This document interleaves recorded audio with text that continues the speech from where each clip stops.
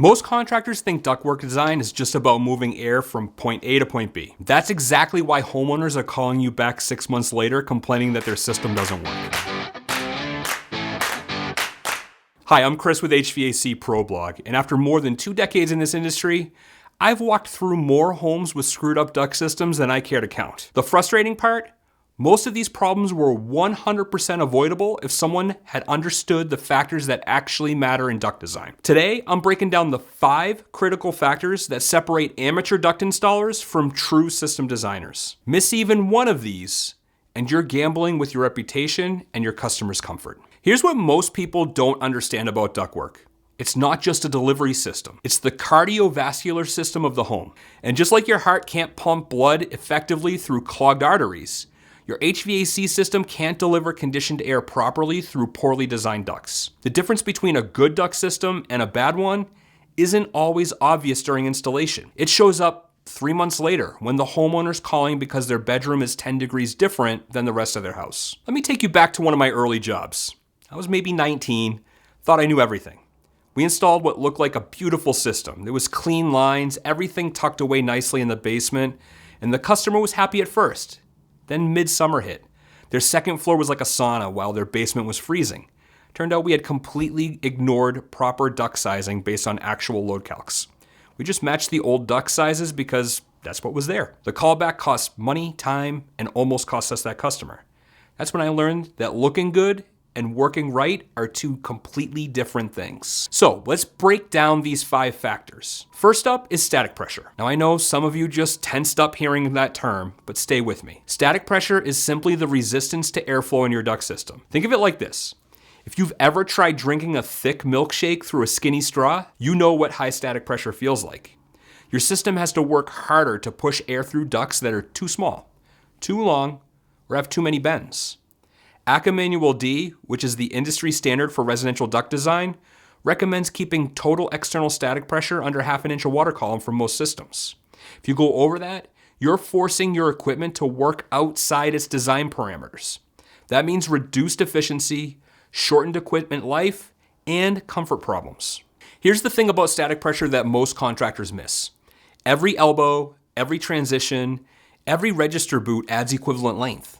It's not just about the straight runs. I've seen systems where guys ran beautiful straight ducts, but then they added like 6 90-degree elbows in a row. It's like asking someone to run a marathon while turning sharp corners every 50 feet. You see, your blower motor can only overcome so much resistance before it gives up trying to push the airflow the engineer calculated. The result?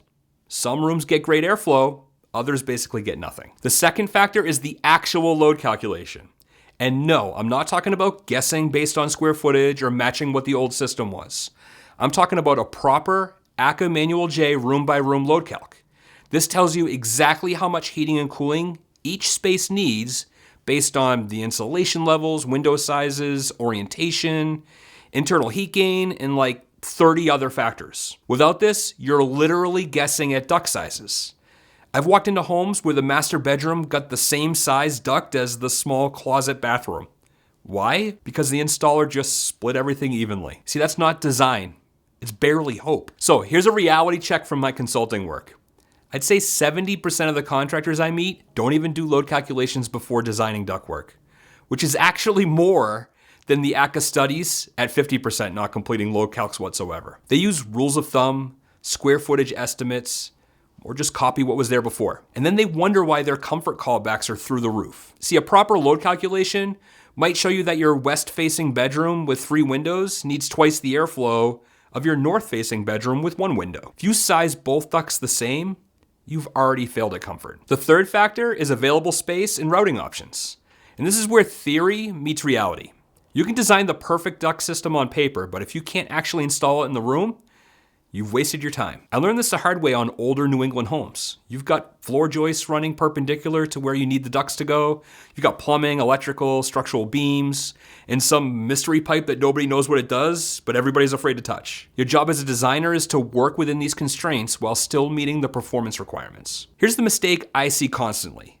Guys design everything in their shop or truck and then show up on the site and start compromising. They'll swap a round duct for a flat oval because it fits better, but they don't recalculate the friction loss. They'll add 3 extra elbows because the path they planned didn't work, but they don't consider what that does to airflow. You see, every compromise you make on site affects system performance.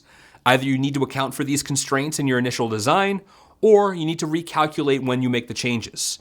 There's no middle ground. I remember working with a contractor in Massachusetts who was doing a heat pump retrofit in a 1920s colonial. It's a beautiful home, but the basement ceiling height was maybe 6 feet, and it was packed with mechanicals. On paper, he needed 10-inch round ducts to meet the manual decalcs to some rooms. In reality, he had maybe 8 inches of vertical space to work with. So what did he do? He could have just slapped in the smaller ducts and called it a day, right? Instead, we redesigned using larger rectangular ducts laid horizontally, increased the number of supply runs to reduce the airflow per duct, and managed to hit his performance targets while fitting everything into available space. That's the difference between a parts changer and a system designer. All right, fourth factor is the type of system that you're installing. Ductwork for a standard AC, a heat pump, a high velocity system, they all have different airflow requirements.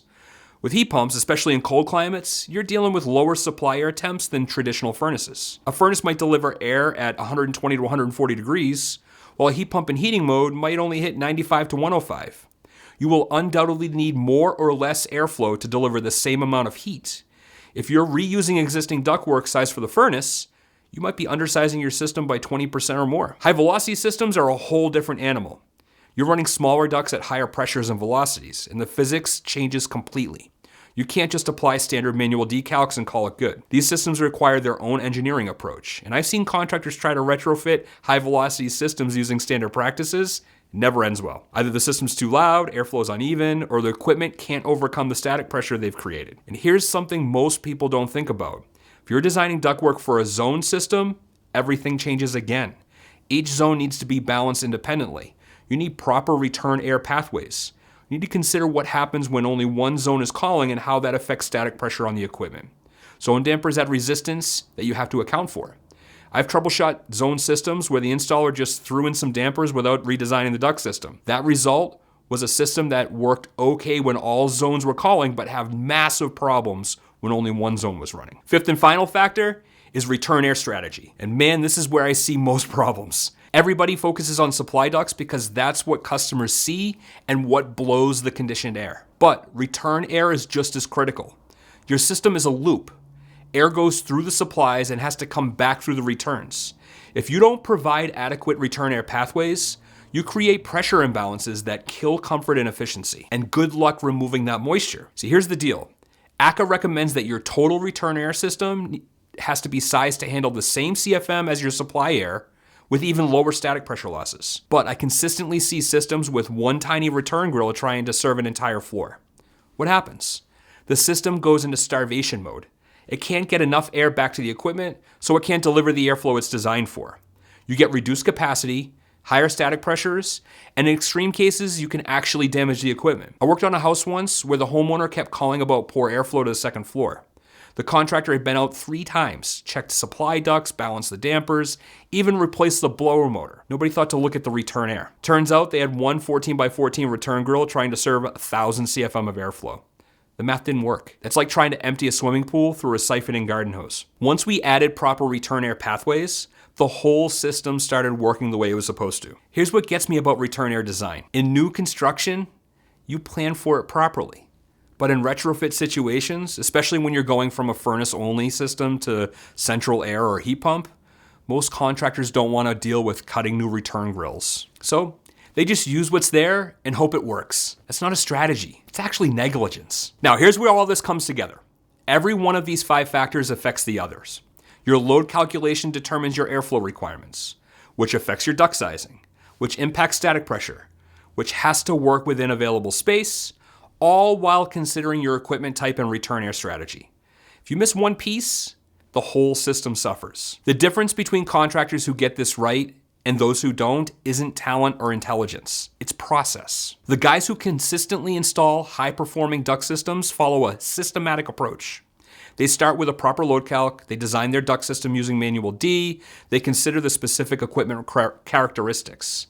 They plan for adequate return air, and they verify their work with actual measurements after install. That last part's critical. You should be measuring static pressure, supply and return air temps, and total airflow along with every register when you commission a system. That's how you know if the design actually worked. I carry a manometer, an anemometer, and a thermometer on every job. If my measurements don't match my design targets, I figure out why before I leave the site. That's the difference between professional installation and just hanging tin. Let me leave you with this thought. Duct design isn't sexy. Other than me, nobody's making Instagram posts about their beautiful manual D calculations.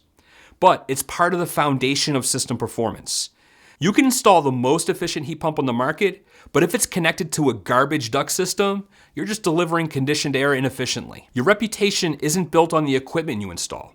It's built on whether that equipment keeps people comfortable efficiently year after year. Please, click on the link in the description to watch the 15-point system design audit that shows you exactly where your process is breaking down and how to fix it. Thanks for joining me this week at HVAC Pro Blog, where we provide advice for residential system design, quality installation, and system diagnosis. I'll see you soon.